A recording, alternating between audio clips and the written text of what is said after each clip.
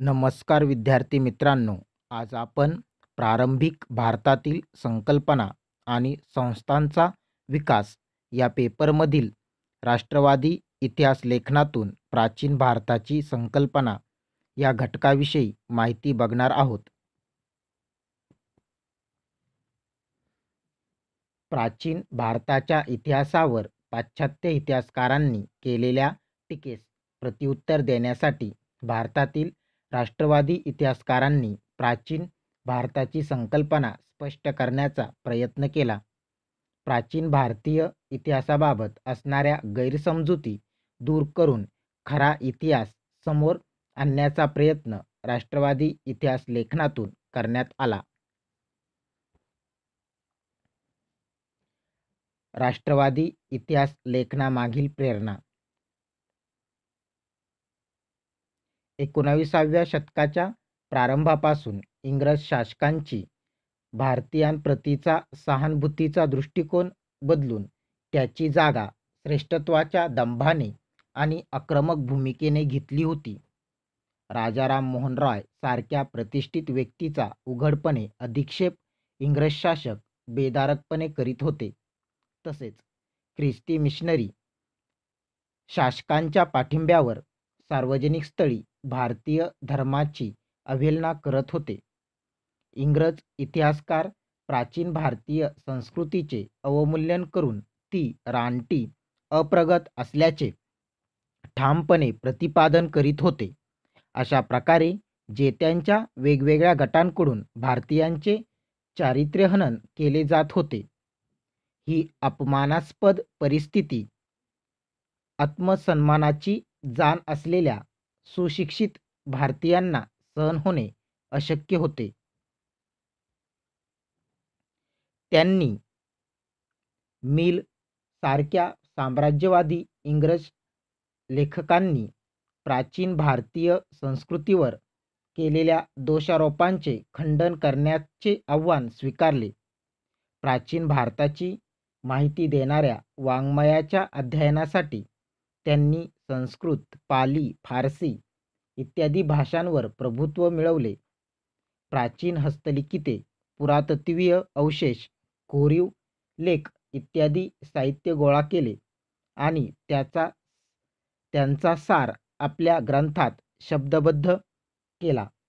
अशा प्रकारे साम्राज्यवादी इंग्रज लेखकांनी भारतीयांना दिलेली दूषणे हा राष्ट्रवादी इतिहास लेखनामागील प्रेरणास्रोत ठरला.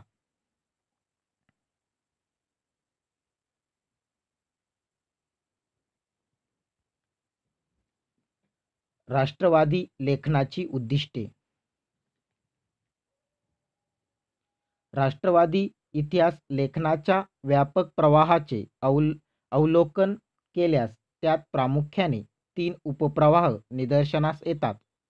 पहिला महत्त्वाचा उपप्रवाह प्रारंभीच्या काळातील इतिहास लेखनाच्या पहिल्या टप्प्यात आढळून येतो. राष्ट्रवादी इतिहास लेखनाला प्रारंभ स्थूलमानाने 19व्या शतकाच्या मध्यानंतर झाला.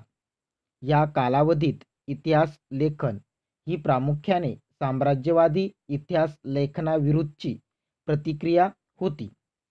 प्राचीन भारतीय इतिहास व संस्कृतीवर परकीयांनी जे गंभीर दोषारोपण केले होते त्यांचे सादर खंडन करून त्या लिखाणातून प्रस्तुत झालेले गैरसमज दूर करून भारतीयांत निर्माण झालेला न्यूनगंड दूर करणे, त्यासाठी प्राचीन साहित्य साधनांचे पुनर्मूल्यांकन करणे हे त्यांचे उद्दिष्ट होते.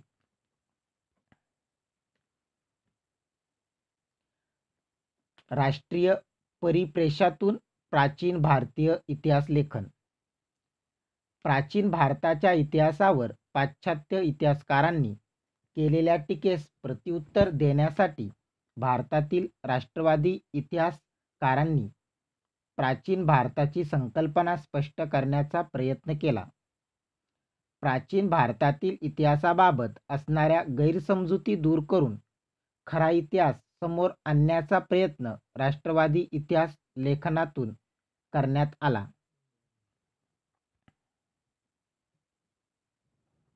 राजेंद्रलाल मित्र. राजेंद्रलाल मित्र यांनी अनेक वैदिक ग्रंथ प्रकाशित केले. तसेच इंडो एरियन्स या ग्रंथाची निर्मिती केली. प्राचीन भारतीय परंपरेविषयी अतिशय आदर असलेल्या राजेंद्रलाल मित्र यांनी प्राचीन समाजाचे वस्तुनिष्ठ परीक्षण केले. त्यांच्या मतानुसार वर्णव्यवस्थेची काही वैशिष्ट्ये असली तरीही युरोपातील औद्योगिकीकरणापूर्वीच्या आणि प्राचीन समाजात आढळणाऱ्या श्रम विभागणीवर आधारित अशा वर्गव्यवस्थेहून ती मूलतः वेगळी नव्हती. राघो भांडारकर. राघो भांडारकरांनी सातवहनकालीन महाराष्ट्राचा आणि वैष्णव व अन्य संप्रदायाचा इतिहास लिहिला. ते एक समाजसुधारक देखील होते.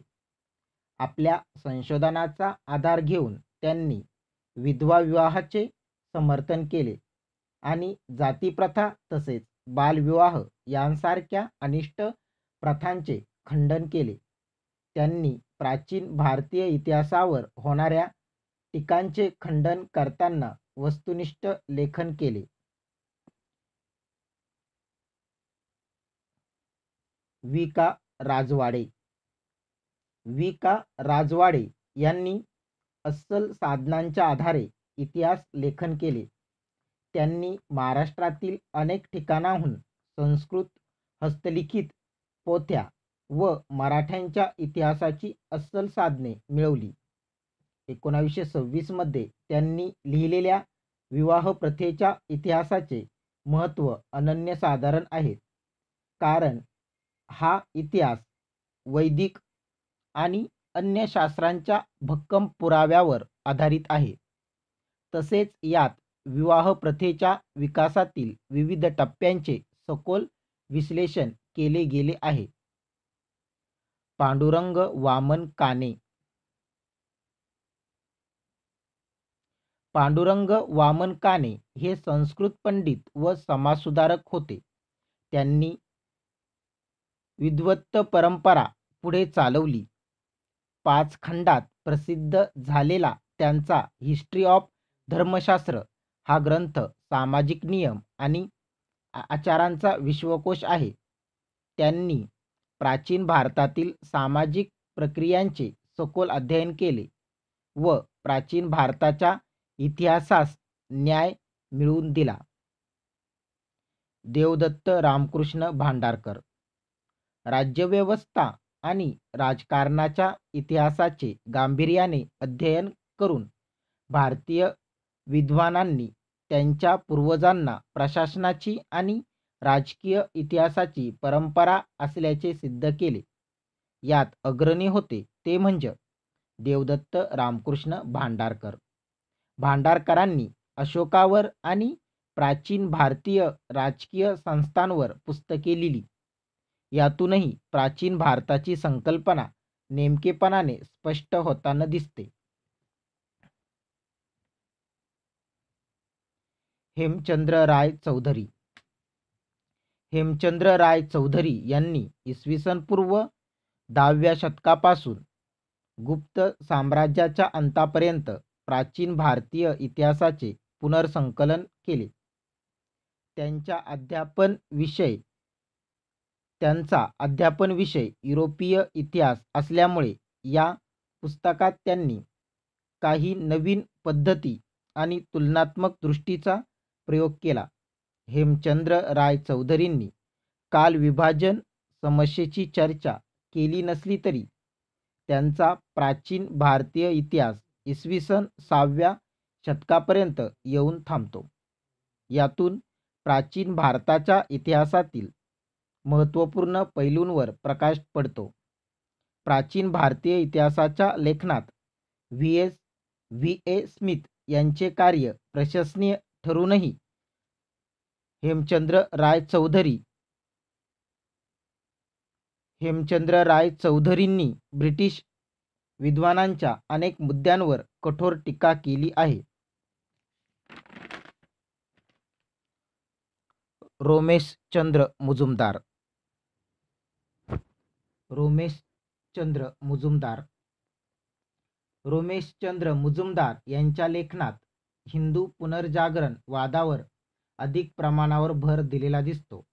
मुजुमदारांनी विपुल प्रमाणावर लेखन केलेले दिसते. ते history and culture of Indian people या बहुखंडीय प्रकाशनाचे महासंपादक होते.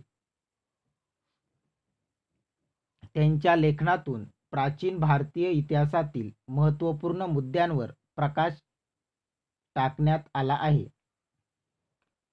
के. नीलकंठ शास्त्री. इतिहासकार के. ए. नीलकंठ शास्त्री यांनी ए हिस्ट्री ऑफ एन्शंट इंडिया या ग्रंथाद्वारे प्राचीन भारताच्या इतिहासावर विस्तृत प्रकाश टाकला आहे. ए हिस्ट्री ऑफ एन्शंट इंडिया हा त्यांचा ग्रंथ देखील त्या दृष्टीने महत्त्वाचा आहे. त्यांनी ब्राह्मणांच्या सांस्कृतिक श्रेष्ठत्वाचे प्रतिपादन केले आणि पूर्वकालीन भारतीय समाजात ऐक्य असल्याचेही सिद्ध केले. के. पी. जयस्वाल.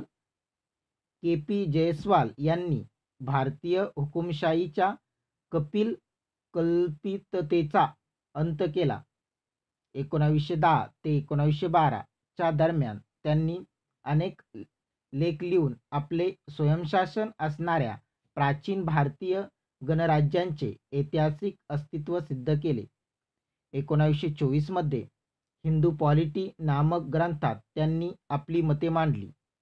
जयस्वालांनी प्राचीन संस्थांवर आधुनिक राष्ट्रीय भावनेचा मुलामा चढवला अशी टीका त्यांच्यावर केली गेली.